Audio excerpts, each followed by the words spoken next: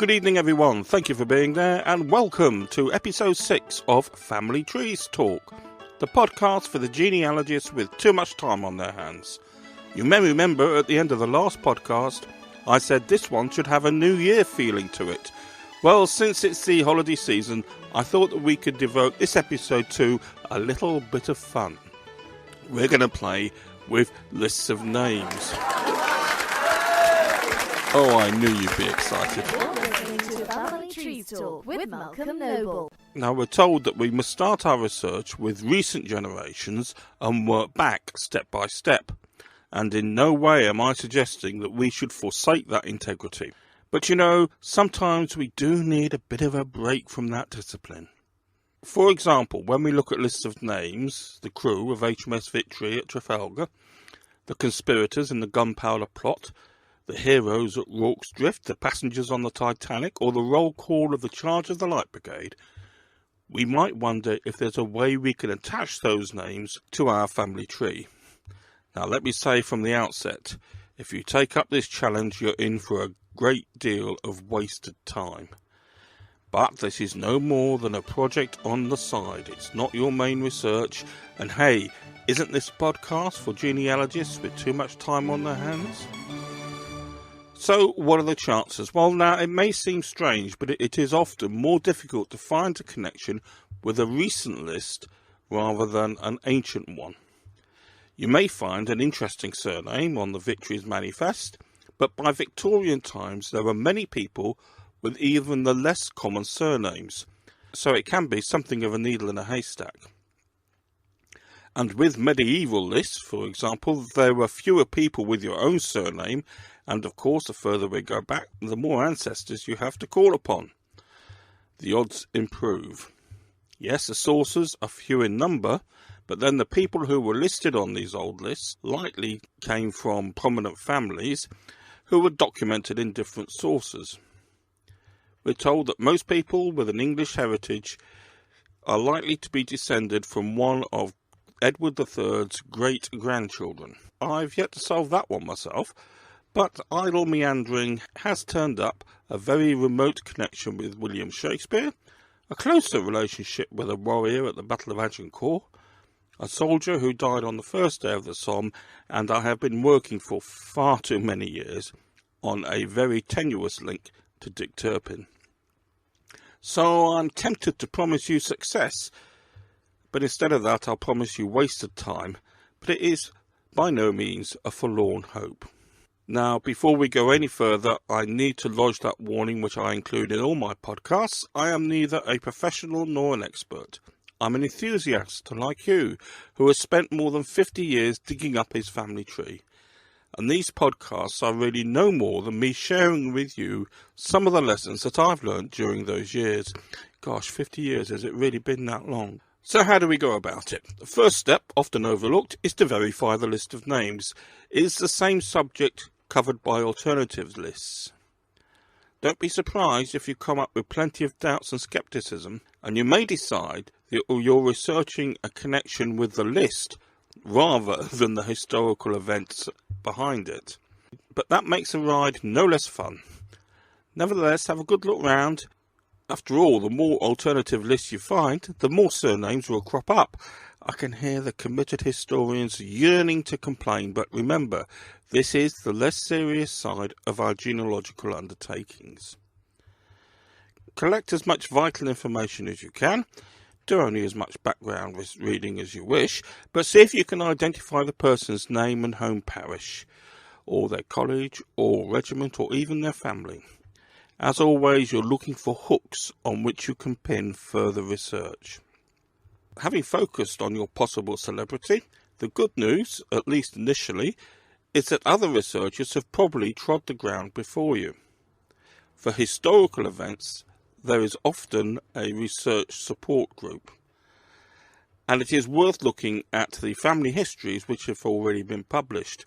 This will lead you to the internet databanks, and my regular listeners will know how wary I am of those. We must treat these pedigrees as conjectural, unless they are underpinned by citations of primary sources. But they can be, in the fun context, a starting point, if you like, a nudge in the right direction. For medieval lists, a more productive reference is likely to be the Herald's Visitations. Now, I spoke about these in some detail in podcast number 2, so you may want to flick back and just revisit that. Many of the pedigrees included in the public visitations were drawn from evidence provided by the families at the time, and while they may have been keen to mention their connection with laudable ancestors, they may not have been so ready to take on board the more notorious individuals. So if a particular name does not appear, don't rush to judgment that absence of evidence is evidence of absence.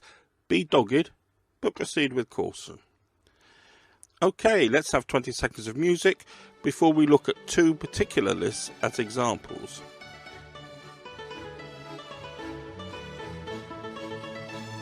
Can I remind you that the show notes for this and previous episodes can be found on the website talkgenealogy.wordpress.com. And to recap, here is a rundown of the previous episodes. In the first episode we looked at how to work with a Tudor will. Then we looked at William Dugdale, the early genealogists, and we included in that talk some information about Herald's Visitations. Episode 3 was about exploring a village. Episode 4 looked at the early genealogist W.E. Tate, and Episode 5 we wondered what should we do when we have too many suspects. There are links to each of those podcasts on the website talkgenealogy.wordpress.com. You're listening to Family Trees Talk, the podcast for the genealogists with too much time on their hands, with Malcolm Noble, and tonight we're talking about working with lists of names. I thought we could take 2 examples, but only at an introductory level. The Abbey Battle Roll and the signatories to the Magna Carta. Now, I have scheduled future podcasts for a detailed look at both of these sources, so this evening I merely want to point you in the right direction should you want to take them up as a side project to your main research. It is the ambition of many family historians to prove that their family came over with the conqueror, though I can't see the attraction of being linked with the invader rather than the Anglo-Saxon hero. During medieval times, the names of the knights who accompanied William to Hastings were recorded on what is called the Abbey Roll. Now, as a historical record, it is open to much debate. It seems that many families were so keen to have their names linked with the invader that they helped the scribe with useful information. This may not always have been a bribe. Sometimes it may simply have been that the scribe knew that it was in his interest to include the name of an influential family. So, as I've hinted before, take it that you are seeking to connect your family with the list rather than the historical facts behind the list.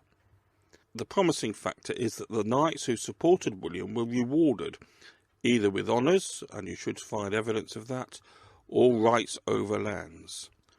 So the histories of many of these families will have been written down. Yes, the Herald's Visitations are important, but I would also suggest the website of the National Archive as a good starting point, especially if you are able to identify manorial rights in a particular parish. As I have said before, most villages have their medieval history narrated on the website. However, please remember once again that when you get back to the middle of the 11th century, it is difficult to be sure of the evidence that you are assembling, which is why I make very little mention of my own meanderings in this direction. A second list that you may be interested in involves fewer families, but with a much better recorded history, and these are the barons who met King John at Runnymede. Once again, these family histories have been quite well documented.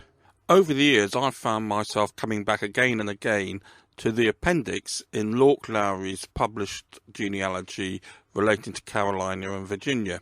The full details of that book, I'll make sure that they're on the talkgenealogy.wordpress.com website. Also, those regular sources, the Herald's Visitations and the National Archives, are almost certain to be useful, especially before the introduction of parish registers. But the one thing I will say is that because you're going to be researching fewer families, don't be shy of resorting to collateral lines. Now then, what has been the point of it all, or has it been no more than a fun exercise?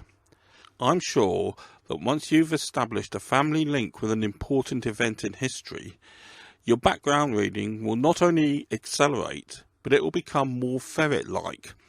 And as you pick up a more detailed appreciation of the event, the circumstances of the people, and probably the political issues at play, you will find it much easier to get to grips with life in England experienced across the different branches of your family tree, or the heritage of the parishes where they lived.